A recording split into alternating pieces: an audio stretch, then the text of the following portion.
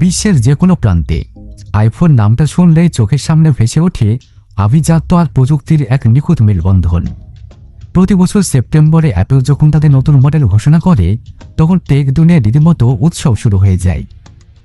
এবারের মূল আকর্ষণ iPhone 17 Pro Max orange titanium edition. কিন্তু কখনো কি ভেবেছেন আমাদের হাতের মুঠোয় থাকা এই 1.5 লাখ টাকার ডিভাইসটি ফ্যাক্টরির ভিতরেই কিভাবে জন্ম নেয়? চীনের ফক্সকন বা ভারতের টাটা ইলেকট্রনিক্সের বিশাল সমস্ত ফ্যাক্টরিতে সাধারণ মানুষের প্রবেশ প্রায় নিষিদ্ধ। সেখানে রোবট আর মানুষের এক অবিশ্বাস্য যুগলবন্দিতে তৈরি হয় এই মাস্টারপিস। এক প্রান্তে থাকে এবড়ো খেবড়ো টাইটেনিয়ামের ব্লক, আর অন্য প্রান্ত দিয়ে বেরিয়ে আসে চকচকে কমলা রঙের আইফোন। চলুন আজ ঢুকে পড়া যাক সেই কঠোর নিরাপত্তা চাদরে মোড়া ফ্যাক্টরির অন্তর্মহলে। কাঁচামাল সংগ্রহ। আইফোন 17 প্রো ম্যাক্সের যাত্রা শুরু হয় মাটির নিচ থেকে। তবে এর কাঁচামাল সাধারণ কিছু নয়। অ্যাপল এবার ব্যবহার করছে গ্রেড 5 টাইটেনিয়াম, যা সাধারণত মঙ্গল গ্রহের রোভার বা যুদ্ধ বিমান তৈরিতে ব্যবহার করা হয়। এই ধাতুটি স্টিলের চাইতে শক্ত, অথচ ওজনে অ্যালুমিনিয়ামের থেকে হালকা। বিশ্বের বিভিন্ন খনি থেকে উচ্চমানের টাইটেনিয়ামের আকরিক সংগ্রহ করা হয়। সবপ্রথমে এটা মেটাল রিফাইনারিতে পাঠানো হয়। সেখানে প্রচণ্ড তাপে গলিয়ে এগুলোকে বড় বড় টাইটেনিয়াম রড বা ব্লকে পরিণত করা হয়। ফ্যাক্টরি গেটে যখন এর ট্রাকগুলো এসে দাঁড়ায়, তখন বোঝার উপায় নেই যে এগুলো কিছুদিন পর বিশ্বের সবচেয়ে দামি ফোনে পরিণত হবে। ফ্যাক্টরির প্রথম ধাপে এই টাইটেনিয়ামের রডগুলোকে পাঠানো হয় সিএনসি মেশিন ইউনিটের কাছে, যেখানে কম্পিউটার নিয়ন্ত্রিত ড্রিল মেশিনগুলো কাজ করে। টাইটেনিয়াম অত্যন্ত শক্ত ধাতু, তাই একে কাটা বা শেপ দেওয়া খুবই কঠিন।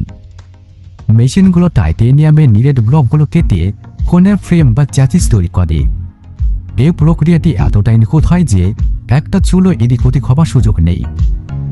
কাটার সময় প্রচণ্ড তাপ উৎপন্ন হয়, তাই অনুকূলত কুল্যান্ট লিকুইড স্প্রে করা হয়। সিএনসি থেকে বেরিয়ে আসার পর ফ্রেমটি খসখসে থাকে। এরপর রোবোটিক আর্ম বা যান্ত্রিক হাতগুলো ফ্রেমটিকে তুলে নেয় এবং পলিশিং ইউনিটে পাঠায়। সেখানে ন্যানো টেকনোলজির স্যান্ড ব্লাস্টিং ব্যবহার করে ফ্রেমটিকে আয়নার মতন মসৃণ করা হয়। আইফোন 17-এর বিশেষত্ব হল এর নতুন অরেঞ্জ টাইটেনিয়াম কালার। কিন্তু টাইটেনিয়ামের সাধারণ স্প্রে পেইন্ট ব্যবহার করা যায় না, কারণ তা উঠে যাবে। অ্যাপল এখানে ব্যবহার করে ফিজিক্যাল ভ্যাপার ডিপোজিশন বা পিভিডি কোটিং প্রযুক্তি। পলিশ করা ফ্রেমগুলো একটা বিশাল ভ্যাকুয়াম চেম্বারে বা বায়ুশূন্য ঘরে ঝোলানো হয়। সেখানে নির্দিষ্ট গ্যাস এবং বৈদ্যুতিক চার্জ প্রবাহ করা হয়। এই প্রক্রিয়ায় রঙের কণাগুলো বাষ্প হয়ে টাইটেনিয়ামের অণুর সাথে রাসায়নিকভাবে মিশে যায়। এটি কোনো আলগা প্রলেপ নয়, বরং মেটালের অংশ হয়ে যায়। প্রায় 12 থেকে 14 ঘন্টা চেম্বারে থাকার পর ধূসর মেটালটি ধীরে ধীরে একটা জাদুকরী সানসেট অরেঞ্জ বা কমলা রঙে ধারণ করে। এই রঙটি এতটাই টেকসই যে চাবি বা কয়েন দিয়ে ঘষলেও সহজে দাগ পড়বে না। Processing unit. ফ্যাক্টরির অন্য একটা অংশে থাকে ক্লিনিং রুম। এখানে বাতাসের ধূলিকণা নিয়ন্ত্রণ করা হয়, কারণ ধুলোবালি ইলেকট্রনিক্সের বড় শত্রু। কর্মীদের পুরো বডি সাদা সুটে ঢাকা থাকে। এইখানে তৈরি হয় ফোনের ব্রেন বা মাদারবোর্ড। কনভেয়র বেল্টের উপর দিয়ে সার্কিট বোর্ড বা পিভিসি এগিয়ে চলে। রোবোটিক মেশিনগুলো চোখের পলকে হাজার হাজার ছোট ক্যাপাসিটার, রেজিস্টার এবং আইসি বসাতে থাকে। সবশেষে বসানো হয় অ্যাপেলের নিজের তৈরি বিশ্বের দ্রুততম চিপ A19 বায়োনিক।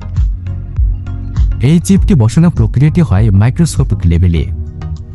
এরপর মাদারবোর্ডটি অরেঞ্জ টাইটেনিয়াম ফ্রেমের ভেতর খুবই সাবধানে স্থাপন করা হয়। ক্যামেরা মডিউল ও ব্যাটারি সংযোজন। আইফোনের সবচেয়ে বড় এবং জটিল অংশ হল এই ক্যামেরা। 17 প্রো ম্যাক্সের বিশাল ট্রিপল লেন্স ক্যামেরা মডিউলটি আলাদা একটা ইউনিটে অ্যাসেম্বল করা হয়। ক্লিন রুমের ভেতরে দক্ষ কর্মীরা এবং রোবট মিলে লেন্স, সেন্সর এবং স্টেবিলাইজার বসায়। একটা রোবোটিক আর্ম ক্যামেরা মডিউলটি তুলে ফোনের পেছনে নির্দিষ্ট জায়গায় বসিয়ে দেয়। এরপর লাগানো হয় শক্তিশালী ব্যাটারি। অ্যাপল এখানে বিশেষ ধরনের আঠা বা অ্যাডিসিভ স্ট্রিপ ব্যবহার করে, যাতে ভবিষ্যতে ব্যাটারি বদলানো সহজ হয়ে যায়। ব্যাটারি লাগানোর পর ফোনের ভেতরে থাকা অসংখ্য রিবন কেবল বা তারগুলো কানেক্ট করা হয়। এই কাজটি কিন্তু অত্যন্ত সূক্ষ্ম, সামান্য ভুল হলে ফোনটি আর চালু হবে না। Display assemble and waterproofing. ফোনের সমস্ত পার্ট বসানো শেষ হলে লাস্টে আসে ডিসপ্লে লাগানোর পালা। আইফোনের ডিসপ্লে বা সিরামিক সিল গ্লাসটি বিশেষ শক্তিশালী। এই ডিসপ্লে লাগানোর আগে ফোনের বর্ডারে একটা বিশেষ ওয়াটারপ্রুফ সিল বা রাবারের আস্তরণ দেওয়া হয়। রোবট ডিসপ্লেটিকে ফ্রেমের উপর নিখুঁত মাপে বসিয়ে দেয় এবং প্রচণ্ড চাপ বা প্রেসার প্রয়োগ করে। এই চাপের ফলে ফোনটি বায়ুরুদ্ধ হয়ে যায়, অর্থাৎ এর ভেতরে জল বা ধুলো ঢোকানোর কোনো রাস্তায় থাকে না। স্ক্রু লাগানোর কাজ শেষ হলে ফোনটি দেখতে একটা পূর্ণাঙ্গ আইফোনের রূপ পায়। কোয়ালিটি চেকিং ও টেস্টিং। ফোন তৈরি প্রায় শেষ, কিন্তু এখনই তা বক্সে ভরা হয় না। প্রতিটি আইফোনটি কঠিন পরীক্ষার মুখে পড়তে হয়। Water test. র্যান্ডমলি কিছু ফোনকে জলের ট্যাঙ্কারে ডুবিয়ে রাখা হয় বা জলে ঝাপটা দেওয়া হয় IP68 রেটিং ঠিক আছে কিনা দেখার জন্য। Drop test.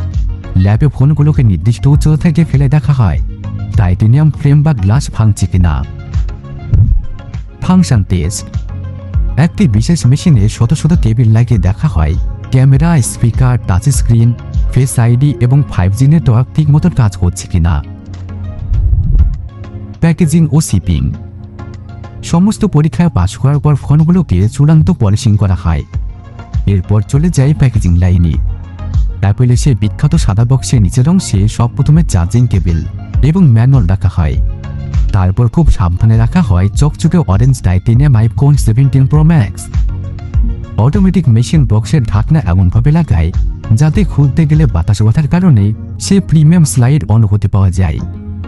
বক্সের গায়ে পেছনে সিল লাগানো হয়। এরপর প্যালেট বোঝাই হয়ে এই বক্সগুলো এয়ারপোর্টের দিকে রওনা দেয়। এইভাবে টাইটেনিয়ামের একটা সাধারণ ব্লক ফ্যাক্টরি মহাযজ্ঞ শেষ করে হয়ে ওঠে আপনার পকেটের স্ট্যাটাসের সিম্বল।